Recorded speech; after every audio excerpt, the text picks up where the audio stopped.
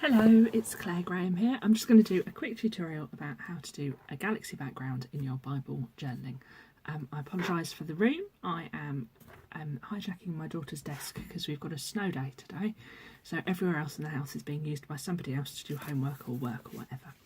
So let me show you some examples of a galaxy background from my old Bible. The basic idea is that you've got lots and lots of colour, you've got areas of light and areas of dark, and then you've got flickers that are kind of like the stars over the top. You can blank off an area, so this one I blanked off the hands and galaxy background around it. This one I've got a tree and a person sat there, a few comets and things in the sky of that one as well. Most of mine are kind of purpley blue in colour, but I was brave and I did a Northern Lights kind of greeny kind of colour for that one,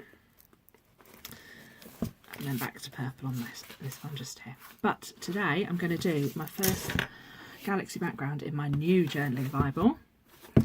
This will only be the third entry I've done in it, which is quite scary. My other one is definitely my old friend, and I'm going to focus on Psalm 147 and particularly verse 4. He determines the number of the stars and calls them each by name. Great our Lord and mighty in power, his understanding has no limit. I just think it's quite amazing if you look at the sky at night and see all the different stars and all the different colours, and God put each one of those there by name. He knows them all, he knows how many stars there are, and yet he still cares about us. So first thing I'm going to do is I'm going to prepare my page. Now, I've mentioned before that I am definitely a page prep addict. Lots of my friends don't prep, but I do. Technically with watercolour you don't need to prep the page, but actually for a galaxy background you want everything to stay a bit more moist, for the watercolour to sit almost on top of the paper so you can smoosh the colours together and end up with a beautiful background. So the page prep actually works for your advantage for that, but it's up to you. Have a play and see what you like. So I'm using my Liquitex Matte Gel Medium. I'm going to prep my page using a sponge applicator. I might speed this bit up a bit because it's quite boring, but I've got a piece of scrap paper underneath to stop it going on any of the other pages. I'm working from the middle of my page outwards, and because it makes the page go a little bit shiny, I can see where I've done. Right, I'm going to zoom through this bit and then I'll show you what happens next.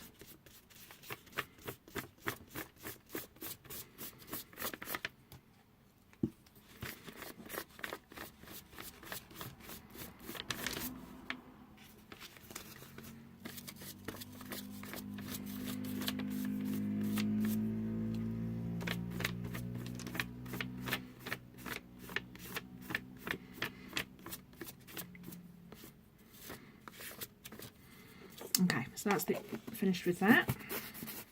Set that over to one side. I'm going to carefully take this page out from underneath, because if I try and dry it with my heat gun without, it will stitch the page behind, and I'm going to give it a quick blast with my heat gun.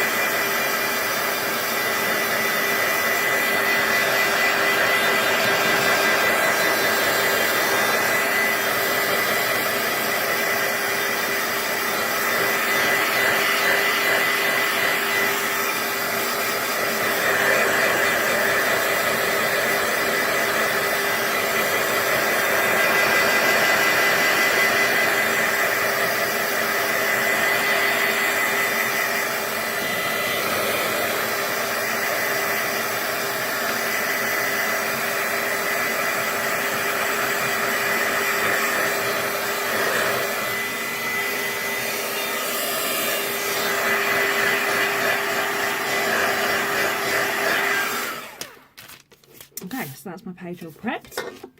I kept sort of keeping the heat gun moving in little circles, and that really helps to just keep it moving to make sure that an area of the page doesn't get too hot. And then I was touching my page as well to just make sure that it was dry and make sure that I'd got everything. So I'm going to put my scrap paper back in between my pages just to stop any of my colours going through on other things. I've got my watercolour palette.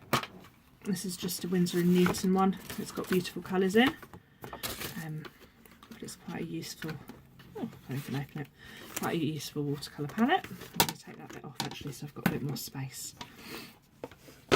And I'm going to start off by using probably some sort of mauve and some violet kind of colours. I'm going to use water brushes to help. These are brilliant because it means you don't have to keep on dipping into a brush, into a water pot to keep your brush nice and wet. And the other thing I'm going to use, it's just one of these. It's just a travel water spray bottle. It's a useful way of starting to get your watercolours wet when you're starting to work. Pardon me. And also it's a useful way, if the colours on your page start to dry out, you can always squirt them again. So I'm going to add blocks of colour. I'm going to try and keep the verse that I'm focusing on clear. So actually what I'm going to do is I'm going to use this. This is a masking pen. This is a Molotow masking pen, but it just comes with masking fluid inside. So I'm just going to block out the verse that I want to focus on, so that if I can't see the words through on any of the other verses, it's not as important because I've got plenty of other Bibles that I can look those up in. But because this is the verse that I'm focusing on for the page, I want to be able to still read that verse. Okay, that's enough of that. Right, back to the colour. So I'm going to add various different sort of purples. This one's a bit more pinky. In theory, actually looks exactly the same as that one. To the page. I'm going to have areas which are going to be lighter than others.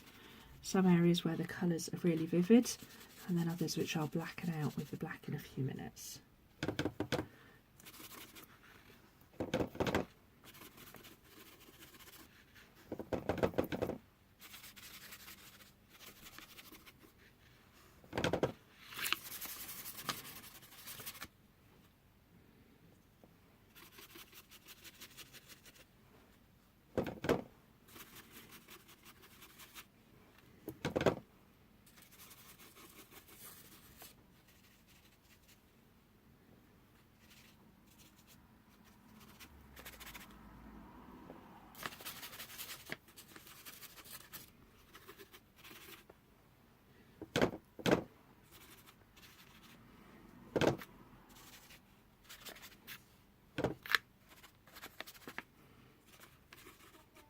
So that's got quite a good coverage of different colours over the page. As you can see, I'm really not being precious about washing out my brush in between or anything like that, making it clear, because I want the colours to smoosh and to merge together. And now I'm going to start adding in the black. So let me just get those wet. There are going to be some areas that I'm definitely going to keep darker than others. So areas where I've not necessarily put any of my colours. I'm going to go right up to the edge of the page. Now if you wanted to, you could lift off some of this colour, so maybe a piece of kitchen roll or a piece of tissue or something like that, to make it much thinner, and then you would be more likely to be able to see the words through. But actually I really love the way that the colours all merge together, how you create some new colours, areas that are dark, areas that are light, and you just kind of keep on working that through. So the blacks I'm using an ivory black, and I'm using a lamp black as well, which is a bit more opaque, and just kind of doing a mixture of those. Again, I'm not washing the brush out in between. That bit's gone very dark. If an area's dark, then I can just clean my brush off, the advantage of having that little scrappy piece of paper, and I can just add a bit more water and merge them together. And you can really see the colours and the background starting to appear. So I'll just carry on with that for a few minutes.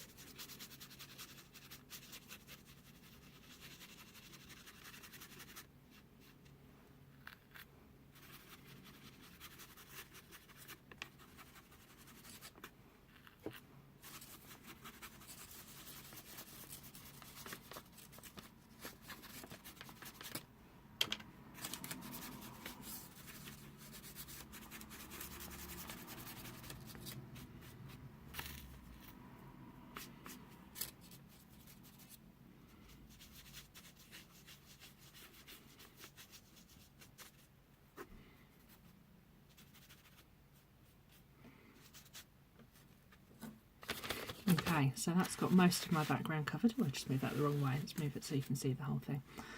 Some areas are lighter. I've got pinky areas, purpley areas. And you can just kind of go back and revisit. So if there's an area where you think actually that's got quite a harsh line, or you don't like the colours, then just with a clear water brush, if you add a bit more of the water, it will smoosh those colours together. Or you can give it a spritz with your water spray and see what happens with that. Once you think you're happy, then the next job is to grab your heat gun again, or to leave it to dry naturally, and just dry it off and see how the colours are going. So I'm going to do that quickly. Hopefully I'll be able to zoom through this in a minute, and then we'll see how that looks.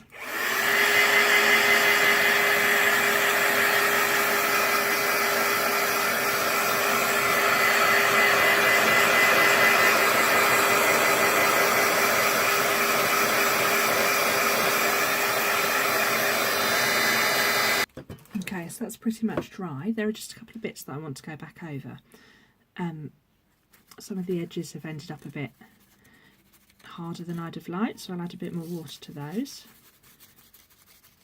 And then I've got a really dark corner just up at the top here, so I'm going to add some more water and just spread that watercolour out a bit more thinly. That's better. And actually that means that I'm going to be able to read those words up in that corner even when it's all dried off. So I'll just spread that colour out, and then I'm going to attack it again with the heat gun. Okay, so that's all completely dry. So we're now going to start adding the stars and things. Now you can do this in a couple of different ways. You can use a white gel pen or a silver gel pen or something like that to add them on in a bit of a controlled fashion. Or if you're feeling a little bit crazy, then this is just some white acrylic paint and a really stiff paintbrush, stiff bristle paintbrush. It's particularly stiff because I only use it for this job and I never actually bother cleaning it, which helps to just make them a bit stiffer. So you want a little bit of paint on the end, and ideally you want to cover up both pages of your Bible. I haven't got a spare piece to do that one up here, but never mind. And then just kind of flick, and you'll end up with random patterns, spots and lines that look a bit like the stars.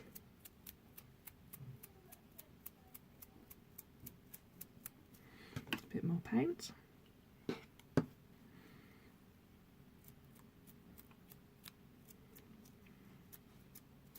You'll also end up with a very white finger.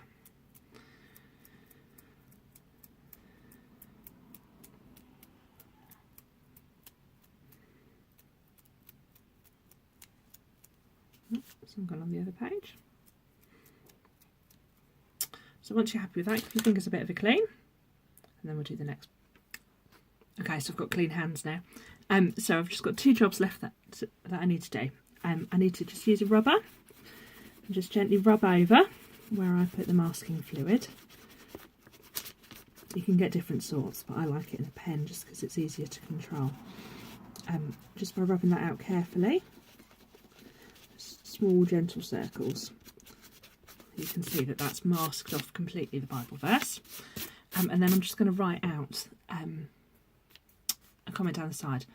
This passage always makes me think of a particular worship song, and the words go, "You placed the stars in the sky and you know them by name. You are amazing God." So those are the words I'm going to use to put. Now I have cheated a little bit, and while the video was paused and I washed my hands, I've just written out in pencil and spaced out so I knew where I was going to put this. I'm not this quick at writing normally.